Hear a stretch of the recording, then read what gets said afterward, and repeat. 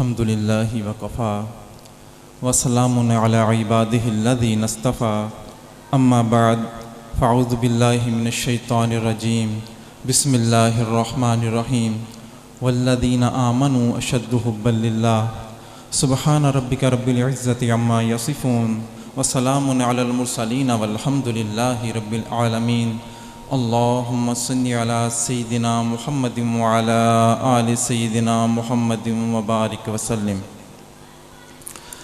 حدیث قدسی ہے، اللہ رب العزت ارشاد فرماتے ہیں، کنت کنزا مخفیہ، میں ایک چھپا ہوا خزانہ تھا، فاحببت ان اعرف، میں نے چاہا کہ میں پہچانا جاؤں، فخلقت الخلق، تو میں نے مخلوق کو پیدا فرمایا۔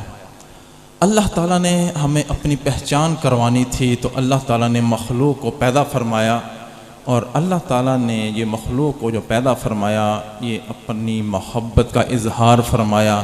اللہ تعالیٰ نے فرمایا احببت، میں نے چاہا، حب سے ہے محبت کرنا، یعنی اللہ تعالیٰ چاہتے ہیں کہ یہ میرے بندے مجھ سے محبت کریں۔ چنانچہ اللہ تعالیٰ نے قرآن کریم میں ارشاد فرمایا والذین آمنوا اشد حب اللہ، والذین آمنوا اشد حبا للہ، ایمان والوں کو اللہ تعالیٰ سے شدید محبت ہوتی ہے۔ کیا معنی؟ ایمان والے اللہ تعالیٰ سے ٹوٹ کر پیار کرتے ہیں۔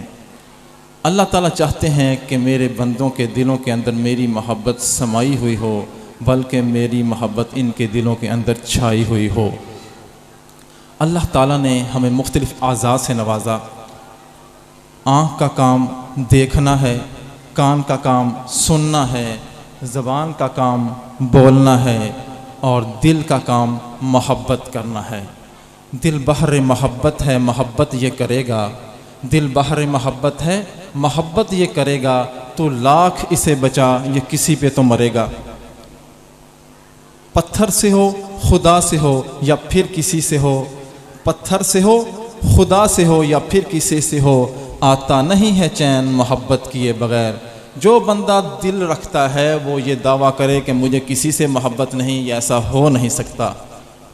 ہاں یہ تو ہو سکتا ہے کہ اس کے دل کے اندر دنیا کی شہوانی نفسانی محبت کا اندھیرا ہو، یا پھر اللہ رب العزت کی نورانی محبت کا اجالا ہو۔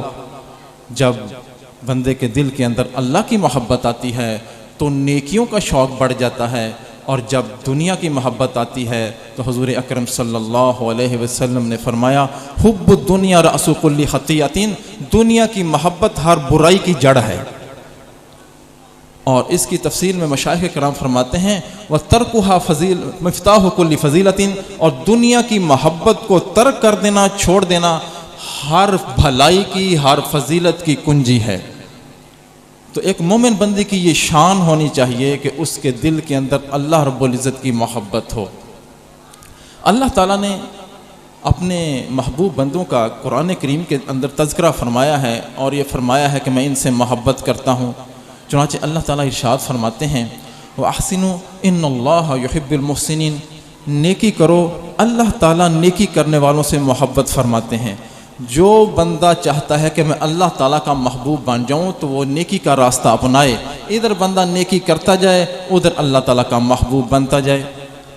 اور دوسری جگہ ارشاد فرمایا وَيُحِبُّ الْمُتَّقِينَ، اللہ تعالیٰ تقوی اختیار کرنے والوں سے محبت کرتے ہیں۔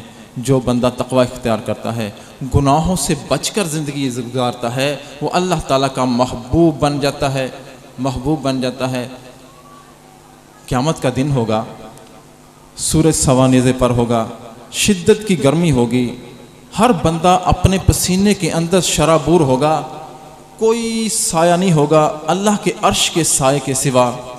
اس وقت 7 بندوں کو اللہ کے عرش کا سایہ نصیب ہوگا، ان میں سے ایک بندہ وہ ہوگا رجل دعته امرأة ذات جمال حسن وقال انی اخاف اللہ، کسی بندے کو ایک حسن و جمال والی حسب نسب والی عورت نے گناہ کی دعوت دی، اور اس نے کہا انی اخاف اللہ، میں اللہ تعالیٰ سے ڈرتا ہوں۔ اس کو اللہ تعالیٰ قیامت کے دن اپنے عرش کا سایہ عطا فرمائیں گے۔ اور ان اللہ یحب التوابین، اللہ تعالیٰ توبہ کرنے والوں سے محبت فرماتے ہیں۔ انسان کمزور ہے، بتقاضۂ بشریت اس سے گناہ سرزد ہو جاتا ہے، لیکن انسان غفلت میں نہ رہے، فوراً اپنے رب کے سامنے سر بسجود ہو جائے، اللہ تعالیٰ توبہ کر لے، اللہ تعالیٰ بندے کی توبہ کو قبول فرما لیتے ہیں۔ جب کوئی گناہ گار بندہ توبہ کرتا ہے، اللہ تعالیٰ کو اتنی خوشی ہوتی ہے، اتنی خوشی ہوتی ہے، اللہ تعالیٰ فرشتوں سے فرماتے ہیں کہ آسمان پر چراغاں کرو۔ فرشتے پوچھتے ہیں یا اللہ یہ آسمان پر چراغاں کیوں کیا جا رہا ہے؟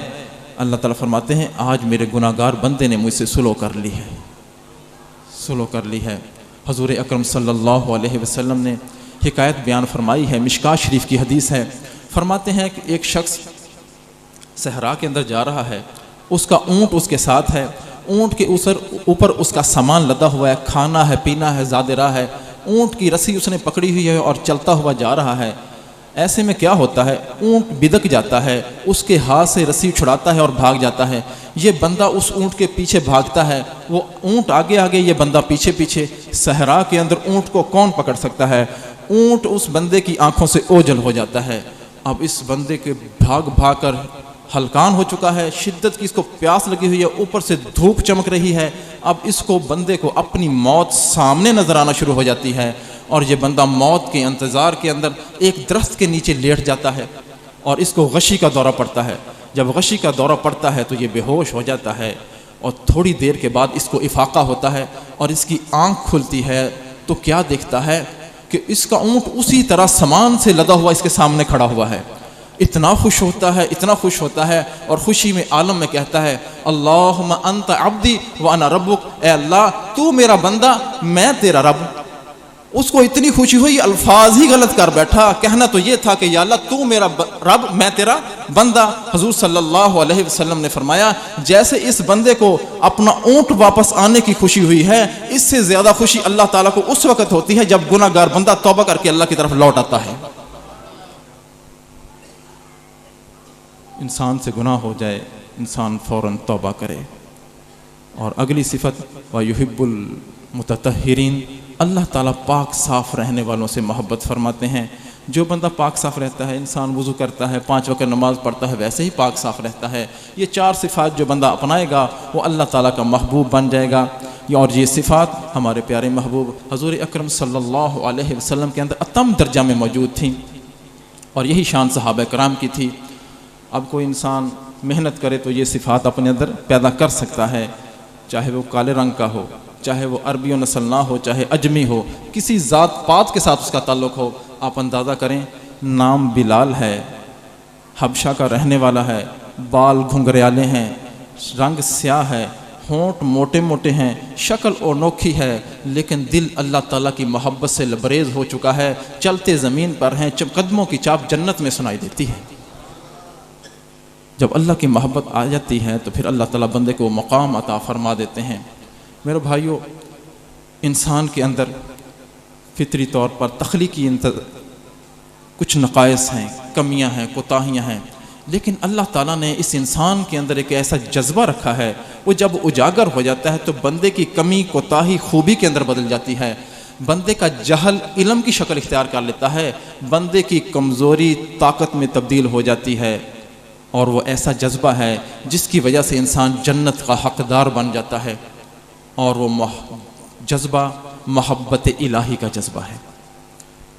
یہ محبت الہی کا جذبہ انسان کے لیے ایسے ہے جیسے پودے کے لیے پانی، پودے کو پانی نہ ملے پودا مرجھانا شروع ہو جاتا ہے، اس کے پتے پھل پھول گرنا شروع ہو جاتے ہیں، لیکن جب اس کو دوبارہ پانی دیا جائے تو اس کے پتے اور پھل پھول نکلنے شروع ہو جاتے ہیں۔ ایسے ہی جس بندے کے دل کے اندر محبت الہی کا یہ جذبہ اجاگر کر جاتا ہے، پھر اس کے اعضاء سے نیکیوں کے پھل پھول نکلتے ہیں، پتیاں نکلتی ہیں، پھر وہ جس ماحول کے اندر جاتا ہے اس کے ایمان کے اندر ایسی روشنی اور نور ہوتا ہے اور ایسی خوشبو ہوتی ہے کہ پورا ماحول اس کی خوشبو سے معطر ہو جاتا ہے۔ حضور اکرم صلی اللہ علیہ وسلم سب سے زیادہ اللہ تعالیٰ سے محبت کرنے والے تھے۔ حضرت عائشہ رضی اللہ تعالیٰ عنہ فرماتی ہیں حضور اکرم صلی اللہ علیہ وسلم گھر میں موجود ہوتے، ہم سے گفتگو فرما رہے ہوتے، اچانک ساتھ میں مسجد سے اذان کی آواز آتی تو ایسا ان کے اندر محبت الہی کا جذبہ جوش مارتا کہ فوراً کھڑے ہو جاتے اور ہم سے اجنبی بن جاتے. میں سامنے آتی، پوچھتے کون؟ میں کہتی عائشہ. فرماتے عائشہ کون؟ میں کہتی ابو بکر کی بیٹی. فرماتے ابو بکر کون؟ پھر میں سمجھ جاتی کہ اب ان کا وہ تعلق بن گیا ہے اللہ تعالیٰ کے ساتھ، اب کسی اور کو پہچانیں گے نہیں. ایسی محبت کا تعلق تھا. حضرت مغیرہ بن شعبہ رضی اللہ تعالیٰ عنہ فرماتے ہیں قام النبی صلی اللہ علیہ وسلم حتی تورمت قدماہ فقیل لما تصنعو فقد غفر اللہ ما تقدم من ذنبک وما تأخر قال افلا اکون عبدا شکورا. فرماتے ہیں کہ حضور صلی اللہ علیہ وسلم ساری ساری رات قیام فرماتے حتی تورمت قدماہ، آپ کے قدمین مبارک پر ورم آ جاتا، سوزش ہو جاتی تھی. کسی نے پوچھا کہ آپ کیوں اتنی مشقت اٹھاتے ہیں؟ آپ کے تو اللہ تعالیٰ نے اگلے پچھلے گناہ معاف فرما دیے ہیں. فرماتے افلا اکون عبدا شکورا، کیا میں اللہ تعالیٰ کا شکر گزار بندہ نہ بنوں؟ ساری ساری رات عبادت کرنا، جہاں حضور اکرم صلی اللہ علیہ وسلم اللہ تعالیٰ سے یہ وہ محبت کا جذبہ رکھتے تھے. یہی کیفیت اللہ تعالیٰ نے اپنے حضور صلی اللہ علیہ وسلم نے اپنے شاگردوں کے اندر بھی منتقل فرمائی تھیں. حضرت عمر رضی اللہ تعالیٰ عنہ امیر المومنین تھے، جہاں حکومت کے امور سر انجام دیتے تھے وہاں ساری ساری رات عبادت کرنا، اللہ تعالیٰ کے سامنے مصلی پر رات گزار دینا. ایک مرتبہ ایسا ہوا کہ گھر میں ہمسائے کی عورت آئی، آپ گھر میں موجود نہیں تھے، تو آپ کی اہلیہ موجود تھیں. اہلیہ سے پوچھا کہ حضرت کہاں ہیں؟ تو فرمایا کہ باہر تشریف لے گئے ہیں. تو اہلیہ نے فرمایا کہ آپ بیٹھیں. ان کو چٹائی پیش کی کہ اس کے اوپر بیٹھ جائیں. وہ ہمسائے کی عورت جب چٹائی پر بیٹھنے لگی تو چٹائی گیلی تھی تو وہ بیٹھتے ہوئے ہچکچائی کہ شاید کسی بچے نے پیشاب نہ کیا ہو. تو امیر المومنین کی اہلیہ نے بھانپ لیا اور فوراً کہنے لگی بہن ڈرو نہیں، بیٹھ جاؤ، یہ کسی بچے نے پیشاب نہیں کیا ہوا، یہ امیر المومنین کے رات کے آنسو ہیں. اس وقت کے حکمرانوں کی یہ حالت تھی کہ سارا دن حکومت کے جو امور انجام دیتے تھے اور رات کو مصلی پر گزار دیا کرتے تھے، اور وہ تو مرد تھے. عورتوں کی یہ حالت تھی. حضرت رابعہ بصریہ رحمہ اللہ تعالیٰ کے بارے میں آتا ہے کہ فجر کی نماز پڑھ کے بیٹھی تھی، ایک شخص ملنے کے لیے آیا اور کام تھا، وہ ذکر اذکار کر رہی تھی. اس نے سوچا کہ یہ ذکر سے فارغ ہوں گی تو میں ان سے ملاقات کروں گا. ذکر کرتے کرتے سورج طلوع ہوا تو اشراق کا ٹائم ہو گیا. وہ اشراق پڑھنے لگیں. اشراق پڑھتے پڑھتے چاشت کا وقت داخل ہو گیا. چاشت کے وقت داخل ہوا، چاشت کی نماز شروع کر دی. چاشت کی نماز پڑھتے پڑھتے زوال کا وقت ہو گیا تو ذکر اذکار کے اندر مشغول ہو گئیں. اور اس کے بعد ظہر کا وقت داخل ہوا تو ظہر کی نماز پڑھنے لگیں. ظہر کی نماز اتنی طویل پڑھی کہ عصر کا وقت آ گیا اور عصر کی نماز پڑھی. اس کے بعد ذکر اذکار میں بیٹھ گئیں. وہ بندہ انتظار کر رہا تھا یہ کب فارغ ہوں گی، میں کب ان کے ساتھ گفتگو کروں گا.